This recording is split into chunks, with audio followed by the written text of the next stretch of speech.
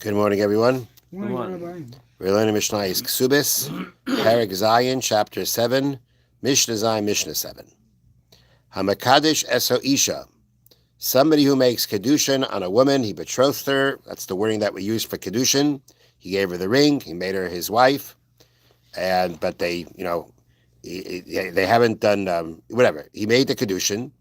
Al minas, on the condition, she'nala nadarim, that she has no vows on her. That's the condition she made when she made the kedushin. She made a kedushin on a condition that she has no vows. V'dim tzoleh nadarim, and it comes out that she did make vows.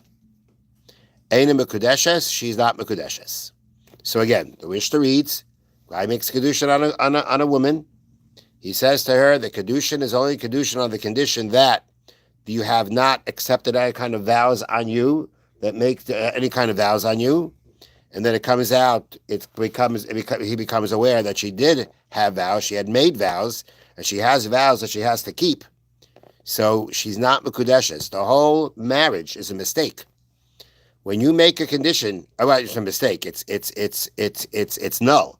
If you make a condition in a kedushin and the condition is not fulfilled, then at the end of the day, the condition doesn't work. If I make a condition that I marry you on the condition that you walk around the block 5 times, and she doesn't walk around the block 5 times, there's no kedushin.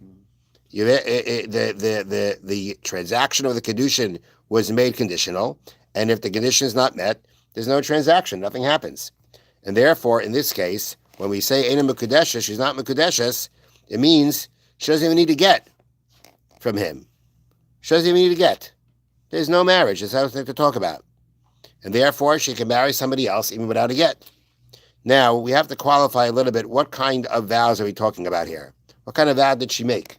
He said vows, right? In the wording of the Mishnah, he didn't specify which kind of vows. He just said vows, which would imply that any vow.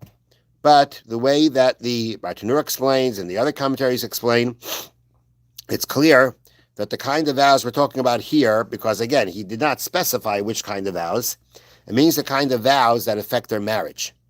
Now, we'll see what that means exactly. But it's only the kind of vow that, makes a problem on the relationship.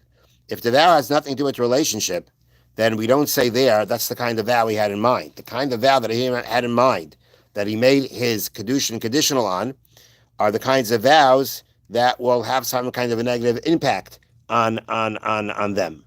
And that's where we say, if it comes out that she has a kind of a vow, that she's not mekudeshes. So what are we talking about? Here in the notes, they explained, for example, she had vowed that she would not eat meat or drink wine, that she will not wear colored clothing. A husband would object to such vows because by afflicting herself in these ways, she makes herself unattractive to him. Only vows of this type render the betrothal invalid.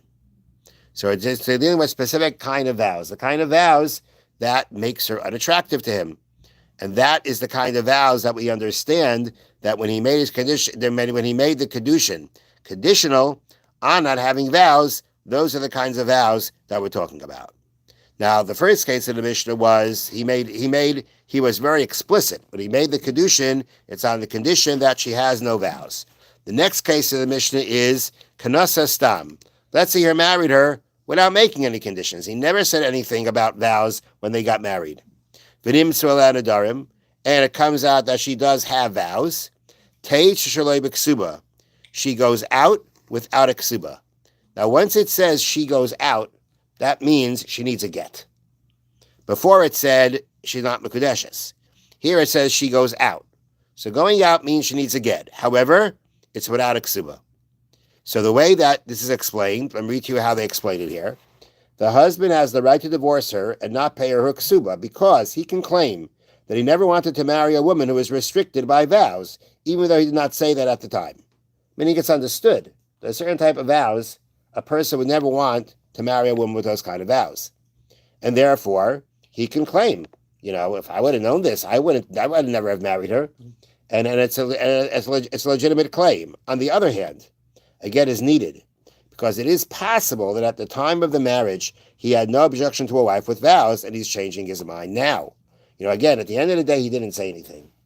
So my understanding here is that Normally, we assume that a man does not want a wife with these kinds of vows. That's the norm, and therefore, we consider it her fault for the breakup of the marriage. However, being that he never made the condition explicitly, perhaps when he made the kedushin, he may have even had in mind that he didn't care about vows. He didn't say anything about vows. So perhaps he really didn't care about vows, and only now he's changing his mind. Because of that possibility, so he can't let her go free, she needs a get. However, at the end of the day, even though he's giving her a get, and he's deciding to divorce her because of these things, he doesn't have to give her a ksuba, because normally a person does not want a wife like that, and therefore the marriage was made by mistake. Here there's no condition. But the point is that, if a person can legitimately claim, I never would have done this if I would have known so-and-so. So then, if that's legitimate enough, or we believe that enough, then that means that the whole thing was a mistake. If it's a mistake, it's nothing. Here, because of the fact that there's no explicit condition about the vows, we can't just let her go free based on the assumption it's a mistake. But essentially, we really do believe him that it's a mistake that he married this woman, because normally a man would not want to marry this kind of a woman, and therefore, when he divorced her, he does not have to give her a get. Now, the first half of the Mishnah dealt with vows, and now we're going to deal with mumen, blemishes. One last thing, even though the Mishnah said kanasa stam, he married her with unconditionally. The word kanasa typically means with a chuppah. That's what it typically means. But the commentaries explain that it doesn't mean that here specifically, that, kanasa stam, that when he did the chuppah, it was unconditional. And what about the kedushin? Was it conditional? What happened there? So the truth is, we're talking about the whole thing was unconditional. The kedushin was unconditional. The nesum is unconditional. And the point is that even though at both stages of the marriage he made no mention of vows, he made no condition about vows, nonetheless, he can still claim that he never would have married her if he would have known about the vows, enough to free him from having to pay the ksuba. All right, so now, amanash she'ein bo mumin. Now the case is the condition when he made the kedushin, he made a condition. On the condition, you have no blemishes. You have no physical blemishes. What kind of physical blemishes? We'll see soon. But his point, right now, the point is that the kedushin, the marriage, was made on a condition that she has no physical blemishes. And it comes out that she has. The halacha is, there is no kedushin. He made a condition explicitly, no blemishes. She's got them. There's no kedushin. She goes free without a get. Kanasa stam. Let's say he married her without making the condition. And it comes out she does have blemishes. So again, she goes out without a ksuba. Because again, the assumption is that he never would have wanted to have married this woman with these blemishes if he would have realized it. But because he didn't make a condition, and therefore there is a question that maybe he is ready to marry her even with the blemishes, she needs at least a get, but the no ksuba will be paid. Now, all the blemishes that invalidate a Kohen, invalidate a woman. So the Torah, when it talks about a Kohen who has a blemish, he's got a physical defect that disqualifies him from being able to do service in the Beis HaMikdash, the Torah lists which these blemishes. As they say here in the notes, the defects that disqualify a Kohen are listed in Vayikra 21 and the 7th chapter of Tractate Tractate Bechoros. Okay, so we have a list of certain physical blemishes that the same ones that disqualify a Kohen would here be the kind of blemish that would, end the marriage. But they bring that here in the notes. Also, the Gemara adds several defects that do not disqualify a Kohen, but are nevertheless considered defects with regard to a marriage. So even though the Mishnah, only mentioned the defects of a Kohen would be the kind of defects that would nullify the marriage, the Gemara says there are other defects that would not invalidate a Kohen, but would be enough for a man to claim that never would have married her if I would have known that she has these blemishes.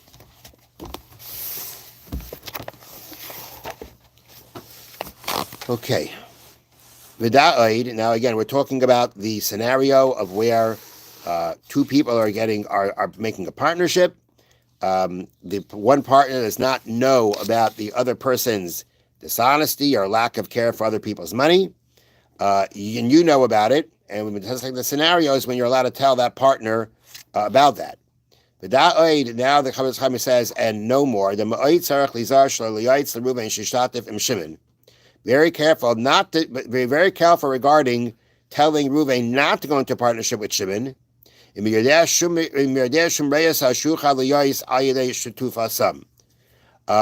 you know that there is some kind of a problem with them becoming partners. For instance, because of his poverty, which we mentioned before. And all the more so if he's not so trustworthy. So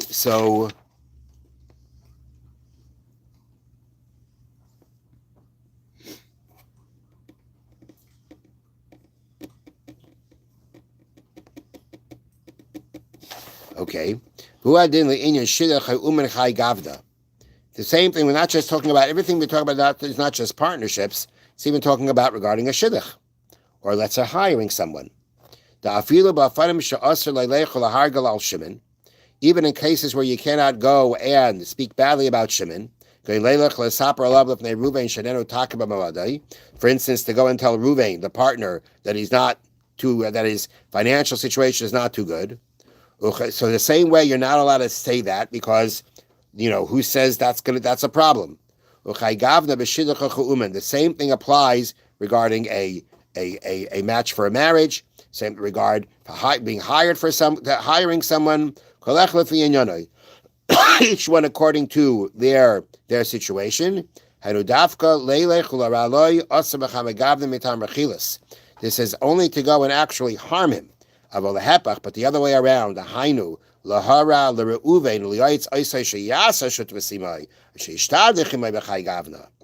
you want to go ahead, now the opposite, which is to mess up Reuven and to tell him you should go into the partnership, you should make the shidduch. If it would be something that if he realized was relevant to him, he was also in need of these kinds of situations. He would stay away from such people. It would be completely forbidden to give him advice to do so. Meaning, until now we're discussing, the issues of telling him not to go into a partnership with him, or in some ways to affect the partnership. But now you got this person that wants to go to a partnership or make a shidduch with someone. There's a problem. What do? You tell him anyway to go for it. That, of course, is something that's forbidden to do. This clearly falls under the Torah's prohibition of in front of a blind person to not put a stumbling block. This includes not giving a person, that's a prohibition to give a person bad advice. There are people who stumble in this, tell people to go into a partnership in a shidduch because of some kind of personal gain or personal bias. It's a very serious sin. Because at the end of the day, it could be a desire for money that causes them to transgress on a Torah prohibition. Like, why would you tell a person going to a partnership with someone? Because you're the guy a favor, or something like that, or that you have something to gain from it. And because of that, that blinds you into thinking, it won't be such a problem, it'll work out. And if it would be for yourself, you wouldn't do that so quickly. And therefore, that's the measuring stick. If you yourself wouldn't want to get involved in such a thing, clearly don't advise a person to get involved into it. That's for sure. Don't advise him. The whole discussion we've had until now is what happens if you're basically trying to break it up in some way. They're holding by making a partnership or making a shidduch, and something that could possibly affect it to break it up. That's been our discussion, when you could, when you can't. But to go ahead and tell a person intentionally to go into something that could be harmful to him, that of course is absolutely forbidden, and it falls under the Torah's prohibition of lifnei iver lesitein mechshel, before a blind person, do not put a stumbling block. Have a wonderful day. Thank you, Rabbi. Okay, question about